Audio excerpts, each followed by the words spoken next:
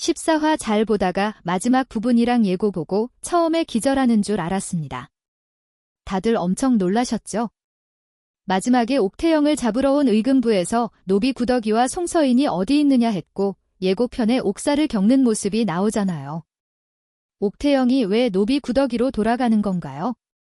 거기에 김소혜에게 포승줄에 묶여서 서 있는 장면 보고 처음에 눈을 의심했습니다. 그래서 보고 또 보고 선공개도 보고 나니 이건 김소혜의 망상이거나 옥태영의 전략일 것이라는 생각이 듭니다.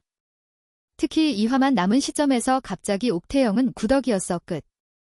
이렇게 될 리가 없죠. 그렇게 되어서도 안 되고요. 아버지의 송사 패배 그리고 처벌로 인해 김소혜는 옥태영에게 큰 원한을 가지게 됩니다. 구더기라고 본인은 스스로 확신도 하고 있지만 아니어도 옥태영에게 흠집을 낼 수 있다면 상관없는 게 아니겠어요?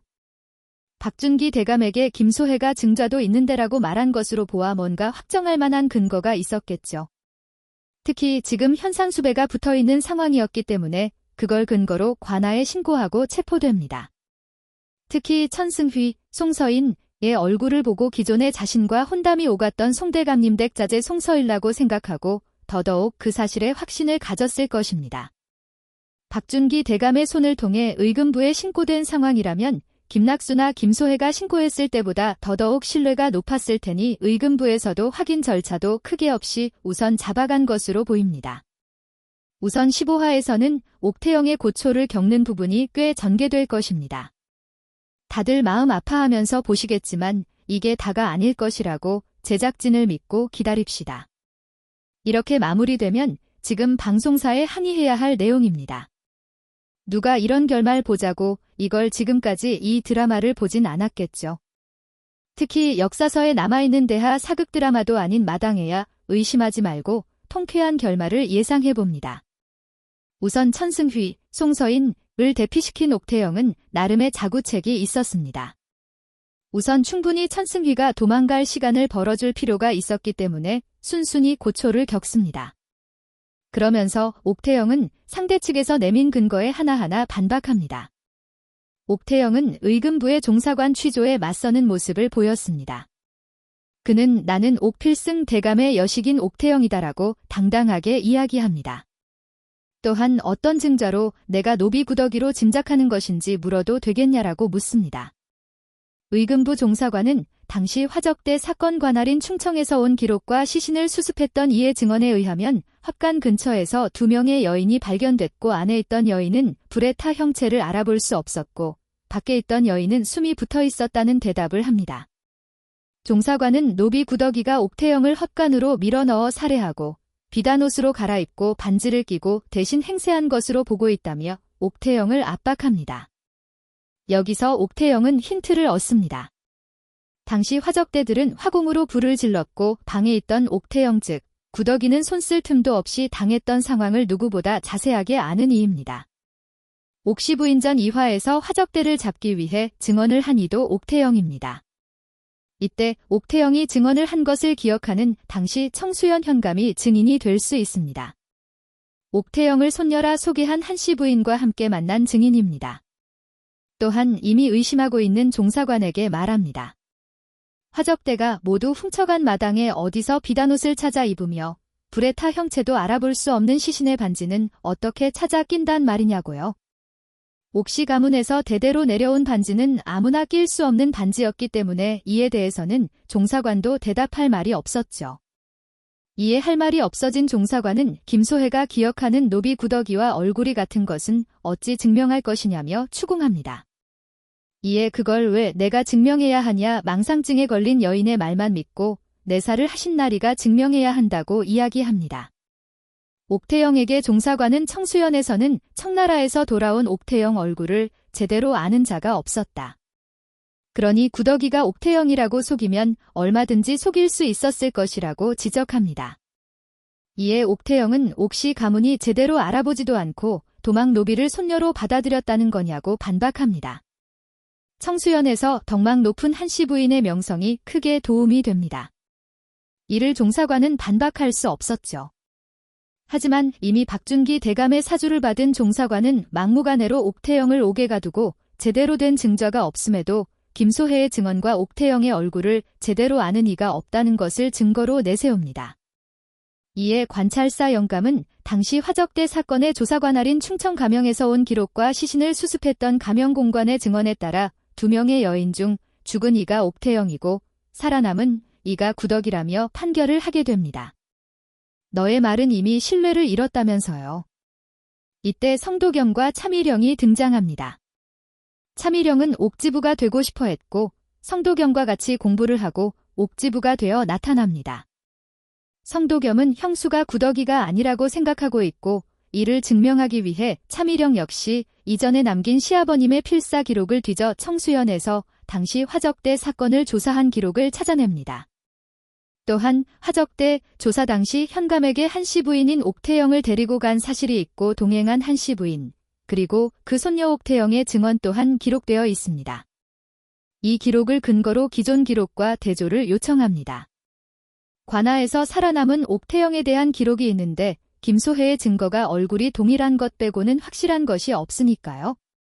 그때 분명 한씨 부인은 도망노비가 태영이 행세를 한 것을 들키면 옥씨 집안에도 끝장이 난다고 말했던 것을 기억력 좋은 옥태영은 분명히 기억하고 있습니다. 그렇기에 특히 옥태영은 이 사실을 절대 들키지 않기 위해 이후 한씨 부인에게 옥태영으로 살으라고 허락을 받았을 때 본인이 옥태영인 증거를 한씨 부인과 협력하여 마련해 두었습니다. 청나라에 살 때 옥태영을 알고 있는 증인을 만들어 두었고 둘이 서찰을 주고받은 내용을 증자로 제출합니다. 또한 현재 옥씨 가문에 살아있는 사람은 옥태영 오라비 뿐입니다. 옥태영의 오라비가 여기서 중요한 역할을 합니다. 옥태영의 오라비가 나타나 구덕이가 아니라 옥태영임을 증명해줍니다. 이건 한씨 부인이 생전에 마련해 놓은 것이었죠. 뿐만 아니라 이제 청수연 사람들 중에는 옥태영의 도움을 받지 않은 사람은 거의 없습니다. 이에 모두 옥태영이 구덕이가 아니라 옥태영인 사실을 증명하기 위해 노력합니다. 여기서 김씨 부인과 홍씨 부인의 역할이 큽니다. 청수연의 가장 큰 영향력을 가진 자모당의 1인자인 이충일 좌수의 부인인 김씨 부인, 유향소의 차준식 대감의 부인인 홍씨 부인은 옥태영이 살아났을 당시 서찰을 주고받은 상황을 증언합니다. 당시 받았던 서찰을 보관하고 있던 김씨 부인은 살아난 옥태영이 보낸 서찰을 내보이며 이 서찰이 노비가 쓸 수 있는 서찰이냐고 반문합니다. 그 서찰은 시로 보내졌으며 당시 송씨 부인, 홍씨 부인은 거의 제대로 읽고 해석할 수 없는 수준이었고 김씨 부인만이 그 서찰을 이해하고 읽어줬습니다. 이런 내용을 노비인 구덕이가 보낼 수 있다는 것은 불가하다는 것을 증언합니다. 이에 박준기 대감과 김소혜의 사주를 받은 종사관은 이를 반박하지 못합니다. 이런 사실을 모두 확인하지 않고 판결을 내리려고 했던 관찰사 영감은 새로 나타난 증거의 판결을 연기합니다. 그 사이에 사실을 모르는 김소혜는 기쁜 망상의 꿈을 꿉니다. 바로 구덕이가 돌아오는 꿈을요. 집에 돌아온 것을 환영해 구덕아 이 부분은 바로 그 부분일 것으로 보입니다. 얼마나 달콤한 행복으로 그리고 복수심에 복수할 상황만을 고대하고 있었을 텐데 아쉽겠네요. 이제 천승위 즉 송서인이 성윤겸이라는 것을 증명하면 모든 것이 마무리될 것으로 보입니다. 송서인의 아버지 송병근은 이미 돌아가셨지만 살아계실 당시 송서인이 사망한 것으로 하여 집에 기별을 한 적이 있고 이를 송병근이 기록하고 호패를 가지고 있었고 아들의 사망을 확인하여 관하에 기록하였기 때문에 이를 증거로 또 제출합니다. 그리고 어머니 차씨 부인이 나와 얼굴은 동일하지만 이 사람은 자신의 아들이 아니라고 증언합니다. 기존의 송서인은 송대감의 맏아들로 알려졌으나 실제로는 기녀의 몸에서 낳은 서자였고 당연히 송대감의 부인인 차씨 부인의 눈엣가시였습니다.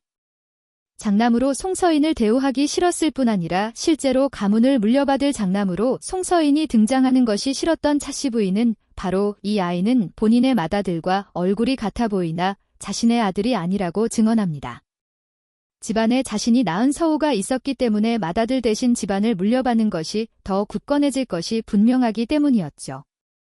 거기에 더해 성윤겸의 동생인 성도겸의 증언이 더해지고 청수연에서 이미 얼굴이 알려진 성규진의 장남 성윤겸으로 다른 양반들이 모두 동의하여 송서인이라는 누명 아닌 누명을 벗게 됩니다.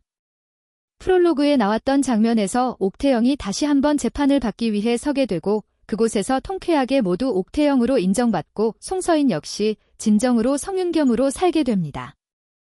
뱃속에 있는 아기와 함께 청수연에서 옥집으로 인정받으며 성윤겸도 유향소의 별감으로 행복하게 사는 장면이 그려질 것입니다. 이에 양반가의 가문에 누명을 씌운 김소혜는 잡혀가고 아버지 김낙수처럼 장백대를 맡게 된 후 성씨 집안의 노비로 오게 됩니다. 죽었다면 김소혜에게 더 다행이었을지 모르나 여기서 살아남아 결국 노비가 됩니다. 이게 김소혜에게 가장 큰 형벌일 것입니다.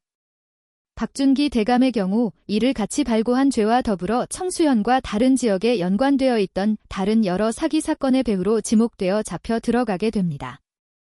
지금 성도겸과 김씨 부인의 아들인 이덕훈이 그 배후를 비밀리에 조사하고 있고 김낙수가 잡혀 들어가게 되면서 박준기 호조판서, 유희춘 병조판서까지 모두 다 잡혀 들어가게 되는 결말로 예상됩니다. 14화 마지막에 구더기로 잡혀 들어가게 되면서 모두 걱정하셨겠지만 이 이야기는 이렇게 마무리될 것입니다. 김소혜의 몰락, 옥태영의 승리, 천승휘와 애절한 사랑의 결실인 아기의 출생을 함께 기대하며 이번 화의 예상을 마무리하겠습니다.